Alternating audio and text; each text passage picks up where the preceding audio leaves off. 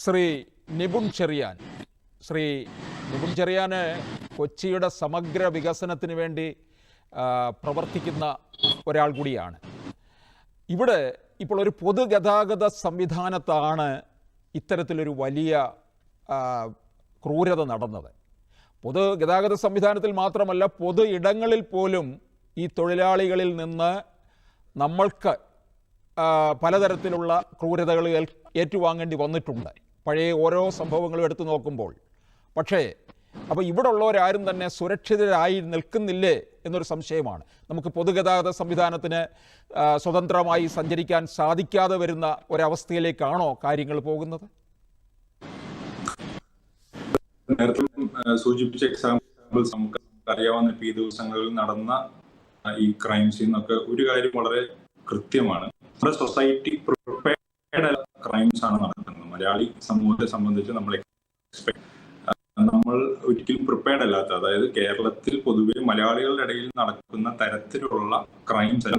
ഉദാഹരണത്തിന് കഴിഞ്ഞ ദിവസങ്ങളിൽ കേരള ഹൈക്കോടതിയിൽ ഒരു ജഡ്ജിയുടെ ഡ്രൈവറിനെ ആക്രമിച്ച് അദ്ദേഹം ചികിത്സയ്ക്ക് തുടർന്ന് മരണപ്പെട്ടു. ഈ ആക്രമണത്തെ തുടർന്ന് ഈ അതിഥി തൊഴിലാളികളായ 3-4 പേരാണ് അതിന് റെസ്പോൺസിബിൾ ആയിരുന്നത്. അതൊരു അദ്ദേഹത്തെ പട്ടി കുരച്ചു ായിട്ട് ബന്ധപ്പെട്ട് തർക്കം ഉണ്ടാവുകയും അത് ആക്രമണത്തിൽ വഴിതെളിക്കുകയും മരണപ്പെടുകയും ചെയ്യുന്നു. ഈ ടിടിനെ റെയിൽവേ ട്രെയിനിൽ നിന്ന് തള്ളിയിടുന്നു. ഇപ്പോൾ കുറച്ച് നാളുകൾക്ക് മുമ്പ് കിഴക്കമ്പലത്ത് കിറ്റക്സുമായിട്ട് ബന്ധപ്പെട്ട് നമ്മൾ കണ്ടതാണ്. അവിടെ തളികൾ കൂട്ടം സംഘം ചേർന്ന് പോലീസിനെ ആക്രമിക്കുന്നു. ഇപ്പൊ ഇവിടെ നേരത്തെ സൂചിപ്പിച്ച കാസർഗോഡ് നടന്നു എന്ന് പറഞ്ഞ സംഭവങ്ങൾ, ഇതൊന്നും നമ്മൾ പ്രിപ്പയർഡ് അല്ലാത്ത, ആസ് എ സൊസൈറ്റി നമ്മൾ പ്രിപ്പയർഡ് അല്ലാത്ത, നമ്മൾ തരത്തിലുള്ള നമ്മൾ എക്സ്പെക്ട് ചെയ്യുന്ന സ്ഥലങ്ങളിലോ സാഹചര്യങ്ങളിലോ അല്ല ഈ ക്രൈം നടക്കുന്ന എന്നുള്ളതാണ് നമ്മളുടെ ഓരോ ഇവിടുത്തെ മലയാളികളെ അല്ലെങ്കിൽ കേരളൈറ്റ്സിനെ സംബന്ധിച്ച് ഒരു ഫിയർ ഇൻഡ്യൂസ് ചെയ്യുന്ന ഒരു വലിയ ത്രെറ്റായിട്ട് തോന്നുന്നതിന്റെ ഒരു പ്രധാനപ്പെട്ട കാരണം. ഈ ചർച്ചയിൽ നേരത്തെ ഒരു തുടക്കത്തിൽ സംസാരിച്ച അദ്ദേഹം പറഞ്ഞ പോലെ നമ്മുടെ കേരളത്തിൽ പ്രവർത്തിക്കുന്ന അന്യ സംസ്ഥാനത്ത് നിന്ന് വന്നിട്ടുള്ള തൊഴിലാളികൾ they are doing A dangerous and dirty jobs. അവരുടെ ജോലി നോക്കിക്കഴിഞ്ഞിട്ടുണ്ടെങ്കിൽ അതൊരു യാഥാർത്ഥ്യമാണ്. ആ യാഥാർത്ഥ്യത്തിൽ അത്തരം ജോലി കാര്യങ്ങൾ ചെയ്യുമ്പോൾ പൊതുവെ ഉണ്ടാകുന്ന പ്രശ്നങ്ങൾ, ഇപ്പൊ നമ്മൾ പണ്ട് പോയി കഴിഞ്ഞാൽ, പഴയ കാലഘട്ടത്തിലേക്ക് പോയി കഴിഞ്ഞിട്ടുണ്ടെങ്കിൽ ആ ജോലികൾ ചെയ്തിരുന്നത് ആരാണെന്നുള്ളതിന് വലിയ പ്രസക്തിയൊന്നുമില്ല. അത് മലയാളികൾ ചെയ്തു, അല്ലെങ്കിൽ തമിഴ് വിഭാഗത്തിൽ തമിഴ് സംസാരിക്കുന്നവർ ചെയ്താൽ ആര് ചെയ്യുന്നതാണ്, അത്തരം ജോലികൾ ചെയ്യുന്ന ആളുകൾക്കിടയിൽ കാണുന്ന പ്രശ്നങ്ങളൊക്കെ തന്നെയാണ് നമ്മളിവിടെ കാണുന്നത് എന്നാണ് എൻ്റെ വിലയിരുത്തൽ. അപ്പോൾ അവിടെ as a society, as a state നമുക്കൊരു റെസ്പോൺസിബിലിറ്റി വരുന്നത്, anyway we are depended on dum.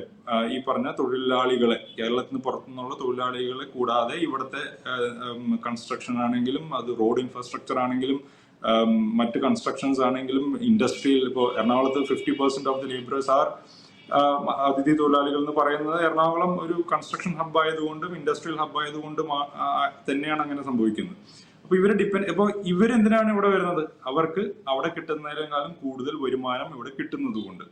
അപ്പോ ഇവരെ എന്തിനാണ് ജോലിക്ക് വെക്കുന്നത്? ഇവിടെ നമുക്ക് മലയാളികളെ ജോലിക്ക് വെക്കാൻ കിട്ടുന്നില്ല. ഒന്ന് കിട്ടുന്നുണ്ടെങ്കിൽ തന്നെ അതിലും കുറവ് വേതനം ഇവർക്ക് കൊടുത്താൽ മതി എന്നുള്ളതാണ്.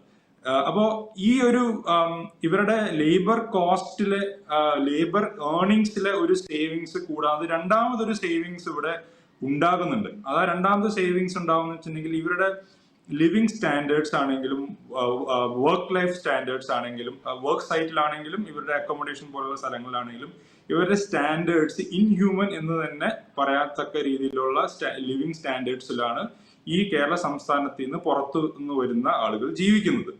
ആ സേവിങ്സ് ഒരു വലിയൊരു പ്രോബ്ലം ഉണ്ടാക്കുന്നത്. ആ സേവിങ്സിന്റെ കൗണ്ടറാണ് ഇത്തരം പ്രോബ്ലംസിലേക്ക് പലപ്പോഴും ലീഡ് ചെയ്യുന്നത്. നമ്മൾ മനുഷ്യന്റെ ലിവിങ് സ്റ്റാൻഡേർഡ്സ് ഇംപ്രൂവ് ചെയ്യാണ്ട് നമുക്ക് ക്രൈം പ്രിവെൻഷന്റെ കാര്യത്തിലേക്ക് കടക്കുന്നതിന് പല പരിമിതികളുണ്ട്. അപ്പോൾ ഒരു സ്റ്റേറ്റ് എന്ന നിലയ്ക്ക്, സൊസൈറ്റി എന്ന നിലയ്ക്ക് ഇന്റർവെൻഷൻ നടത്താവുന്ന, ഇപ്പൊ നേരത്തെ സർവൈലൻസിന്റെ കാര്യം പറഞ്ഞു. ആര് സർവൈലൻസ് ചെയ്യും?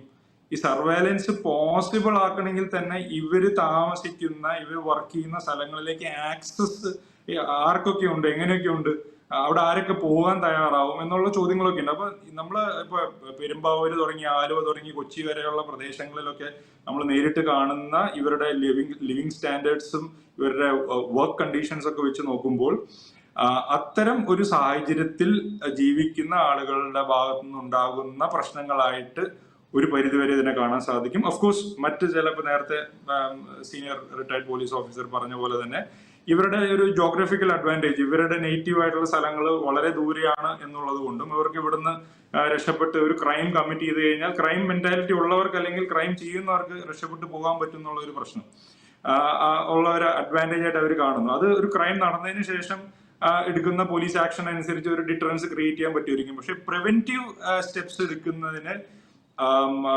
ഇവരുടെ ലിവിങ് കണ്ടീഷൻസും ഇവരുടെ വർക്ക് കണ്ടീഷൻസും മെച്ചപ്പെടുത്തേണ്ടത് വളരെ ഇമ്പോർട്ടൻ്റ്. അതിനകത്ത് ഞാൻ പ്രത്യേകം ചൂണ്ടിക്കാണിക്കേണ്ട ഒരു കാര്യം വെച്ചിട്ടുണ്ടെങ്കിൽ എറണാകുളത്ത് പ്രത്യേകിച്ച് കൺസ്ട്രക്ഷൻ സെക്ടറിൽ ഞാൻ ഒബ്സർവ് ചെയ്തിട്ടുള്ള ഒരു കാര്യം എന്ന് വെച്ച് പറഞ്ഞു കഴിഞ്ഞാൽ ഇവിടുത്തെ ട്രേഡ് യൂണിയൻസ് ഈ അതിഥി തൊഴിലാളികളായിട്ട് വരുന്ന ആളുകളെ ഒരു മോശം സാഹചര്യം ഉറപ്പുവരുത്തുന്നതിന് ഇവിടുത്തെ ട്രേഡ് യൂണിയൻസിന് ഒരു വലിയൊരു പങ്കുണ്ട്. അതായത് കേരളത്തിലെ തൊഴിലാളികൾ അവകാശങ്ങൾക്ക് വേണ്ടി പോരാടിയിട്ടുള്ള ട്രേഡ് യൂണിയൻസ് പലപ്പോഴും ചെയ്യുന്നത് എന്താണെന്ന് വെച്ചിട്ടുണ്ടെങ്കിൽ ഇപ്പോൾ പല കൺസ്ട്രക്ഷൻ സൈറ്റ്സിലും പലപ്പോഴും ഇവിടുത്തെ ലോക്കൽ ലേബറേഴ്സ് അവൈലബിൾ ആയിട്ടുള്ള സാഹചര്യങ്ങളിൽ പോലും ഈ ട്രേഡ് യൂണിയൻ നേതാക്കൾക്ക് ഒരു എമൗണ്ട് അവർ കൈപ്പറ്റി വളരെ ലോവർ വേജസ് എന്ന് പറഞ്ഞാൽ ഗവൺമെന്റ് തിട്ടപ്പെടുത്തിയിട്ടുള്ള മിനിമം വേജസിനെക്കാളൊക്കെ വളരെയധികം ലോവർ വേജസിന് വർക്ക് ചെയ്യുകയും അതിനനുസൃതമായി വളരെ മോശമായ സാഹചര്യങ്ങൾ അവരെ താമസിപ്പിക്കുകയും ചെയ്യുന്ന സാഹചര്യം കൺസ്ട്രക്ഷൻ സെക്ടറിൽ നിങ്ങൾക്ക് വെല്ലിംഗ്ടൺ ഐലൻഡ് പോലെയുള്ള സ്ഥലങ്ങളിൽ പോയി നേരിട്ട് കാണാവുന്നതാണ്.